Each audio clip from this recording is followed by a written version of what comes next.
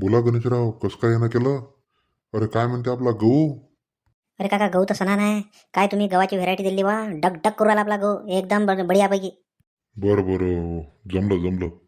आता काय फवारा गिवारा मारायचा आहे का मग गव्हावर? काका राजू आता गहू तर आपला बिलकुल जबरदस्त आहे. गव्हाले राजू आता युरिया मारायचा होता. युरियाच्या 4-5 बॅगा पाहणार राजू आता. मला इकडे तिकडे फिरू राहिलो, युरियाच नाही भेटू राहिला. 2 बॅगा तरी द्या राजू. हे पाय राजा गण्या, युरिया सोडून तू काही माग, सगळं आहे आपल्याजवळ. फक्त युरियाच नाही राजा. काय करावं आता? सगळे लोक युरिया युरिया मागू राहिले. आता युरियाच नाही दुकानात तर कुठून द्यावं सांग तू. अरे काका फक्त 2 बॅग तर द्या बा. फक्त 2च बॅगा पाहिजे ना. आता काय करता? 2 बॅगा तरी काढा काका कशा तरी. अरे राजा गण्या, तुला कसं समजून सांगू? चल बा, तू गोडाऊन पाहून गेला गंत, पाय बा तू. आता तुम्ही एवढं म्हणून राहिले तर आता ठीक आहे बा. ठीक आहे मग जाऊ द्या आता. पाय बिचार रुक्मा काकू एवढा चांगला गहू आहे. पण युरियाच नाही भेटू राहिला युरिया टाकाले. आता माझ्या गहू वाढणच कसा बिचारे कायच करावं. हो राजा गण्या, आता युरिया नाही भेटू राहिला तर तू येतो वाकेचा रे बा गव्हाचे. अरे राजा गण्या, काय युरिया युरिया करू राहिला राजा तू. आता 2-3 वर्षापासून युरियाच्या जागी चांगली नॅनो युरियाची टेक्नॉलॉजी आली. तू ते सोडून राजा नुरा युरियाच्या मागं लागला. अरे तू हे 45 किलो युरियाचं काम फक्त अर्धा लिटरची नॅनो युरियाची बॉटल करते ना राजा.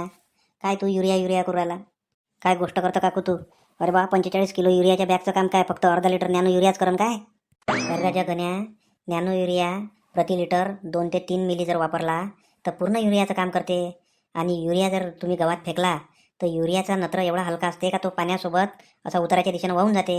नॅनो युरिया फवारल्यावर एकसारखा तो प्रत्येक गव्हाच्या झाडाला भेटते आणि चांगल्या प्रकारे झाड ते शोषून घेते आणि वाढीच्या टप्प्याटप्प्यानं तो नॅनो युरिया झाडाला उपलब्ध होते. म्हणून नॅनो युरिया युरियापेक्षा खूप चांगला आहे. पण रुक्मा, तू युरिया दिल्यावर बिचारे झपकनच गहू वाढते ना. तसा नॅनो युरिया नाही वाढत. अरे तर बाबा तेच तर मी सांगू राहिली का नॅनो युरिया हा झाड टप्प्याटप्प्यानं शोषून घेते. म्हणजे नॅनो युरिया फार काळपर्यंत झाडात शोषून राहते आणि उपलब्ध राहते. तसं युरियाचं नाही आहे.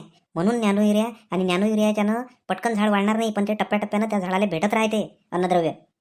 नॅनो युरिया फवारणीमुळं प्रत्येक झाडाला समान प्रमाणात नत्र भेटते आणि तसं जमिनीचं किंवा पाण्याचं प्रदूषण होत नाही. पाय का नाही, आपण युरियाच्याच मागे लागलो होतो. आता राजा आपण नॅनो युरियाचा वापर करू, 2-3 वेळा नॅनो युरियाचेच फवारे काढू. आपल्याला मस्त गहू होते. बस जमलं रे बा आपलं काम. हो काका, बरं झालं बा रुक्मा काकून आपल्याला सांगितलं. आपल्याला तर एवढे त्या नॅनो युरियाचे फायदे माहीतच नव्हते. जमलं आता काकू, आम्ही आता नॅनो युरियाचेच फवारणी करतो बा आणि गहू आमचा पिकवतो.